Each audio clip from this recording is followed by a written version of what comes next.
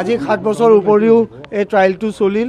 আজি এইটো অন্তিম দিন। আজি আমি ফাইনেল আৰ্গুমেণ্ট কৰিলোঁ, গোটেইখিনি ৰিপ্লাই দিলোঁ। আসামীৰ পক্ষই যি তথ্য উঠাইছিল সেইবিলাক আমি পইণ্ট বাই পইণ্ট গোটেইখিনি আজি ৰিপ্লাই দিলোঁ। ৰাতিপুৱা 11টা বজাৰ পৰা এতিয়া 4টা বজালৈ গোটেইখিনি আৰ্গুমেণ্ট সম্পূৰ্ণ কৰিলোঁ। তাৰপিছত এতিয়া নিৰ্ধাৰিত ডেট দিছে 6 তাৰিখে, অহা 6 তাৰিখে হয়তো কোৰ্টে ফাইচলাটো দিব, জাজমেণ্টটো দিব। আমি তাৰে অপেক্ষাত। 6 এপ্ৰিল হয়, 6 এপ্ৰিলত এই গোচৰৰ ৰায়দানটো কৰিব। কোৰ্টে আজি সেইটো ডেট দিছে, প্ৰভাইডেড মানে এভৰিথিং গোজ অল ৰাইট। আজি পূৰা শুনানি সম্পূৰ্ণ হৈ গ'ল আৰু ন' মোৰ শুনানি। এতিয়া কোৰ্টৰ ওপৰত নিৰ্ভৰ কৰিব কোৰ্টে কেতিয়া জাজমেণ্ট দিয়ে। কিন্তু তেওঁলোকে কোৰ্টে অনাৰেবল কোৰ্টে দিন ধাৰ্য কৰিছে 6 এপ্ৰিল তেওঁ জাজমেণ্টৰ ডেট দিছে। সুদীৰ্ঘ 7.5 বছৰতকৈ বেছি দিন এই শুনানি প্ৰক্ৰিয়াটো চলিলে। আজি শুনানি প্ৰক্ৰিয়াটোৰ শেষ দিন আছিলে আৰ্গুমেণ্টৰ জৰিয়তে। গতিকে যিখিনি হ'ল বহুত দেৰি হ'ল যদিও শেষটো হয়তো ভাল হ'ব। আমি আশা কৰিছোঁ যে দোষীয়ে উচিত শাস্তি পাব। আৰু আমি আজি যিখিনি দেখিলোঁ যে আমাৰ প্ৰজিকিউশ্যনৰ অধিবক্তাই বৰ সুন্দৰ ধৰণে যুক্তি প্ৰদৰ্শন কৰিলে, আৰ্গুমেণ্ট কৰিলে আৰু তেখেতে এইটো সফল পৰিসমাপ্তি ঘটালে বুলি মই অনুভৱ কৰিছোঁ। আৰু দুখীয়া একদম যিমানখিনি আমি বিচাৰিছোঁ সেইখিনি শাস্তি পাব বুলি মই পতিয়ন গৈছোঁ। 6 তাৰিখে ৰায়দান হ'ব। 6 তাৰিখে এটা ডেট দিছে যে 6 তাৰিখে ৰায়দান হ'ব বুলিয়েই তেখেতে ডেট দিছে। কিন্তু অনতিপলমে 6 তাৰিখে যদি কিবা কাৰণে নহয়ও তেওঁ অনতিপলমে এপ্ৰিলৰ ভিতৰতে 6 এপ্ৰিলত দিছেতো, গতিকে এপ্ৰিলৰ ভিতৰতে ৰায়দান প্ৰক্ৰিয়াটো সম্পূৰ্ণ হ'ব বুলি আমি পতিয়ন গৈছোঁ। আমি এই অন্তিম মুহূৰ্তত আজিৰ যিটো আমি প্ৰগতি দেখা পাইছোঁ, এই হিচাপে আমি আশাবাদী আৰু সম্পূৰ্ণ আশাবাদী।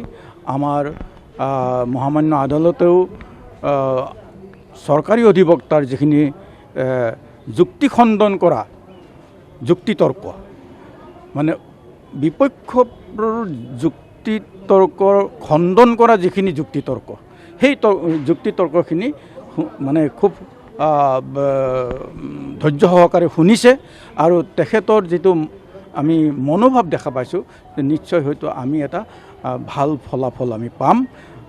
অন্ততঃ অসমত হওক বা ভাৰতত হওক এটা দৃষ্টান্তমূলক শাস্তি আমি হয়তো অসমৰ ৰাইজে দেখা পাব বা ভাৰতৰ ৰাইজে দেখা পাব। আৰু এই দুষ্কৃতিকাৰী, এই জঘন্য মানসিকতাৰ এই মানে এনেকুৱা ধৰণৰ যিবিলাক মানে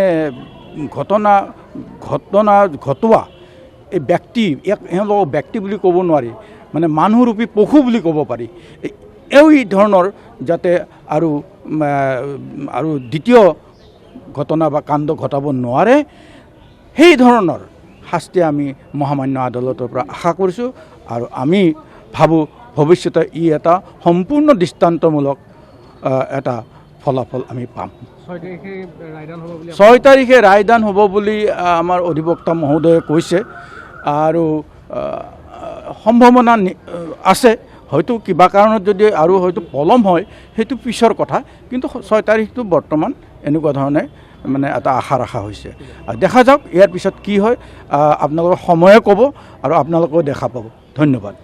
আজি চাওক, আজি এই কেছটোৰ শুনানি সম্পূৰ্ণ হ'ল।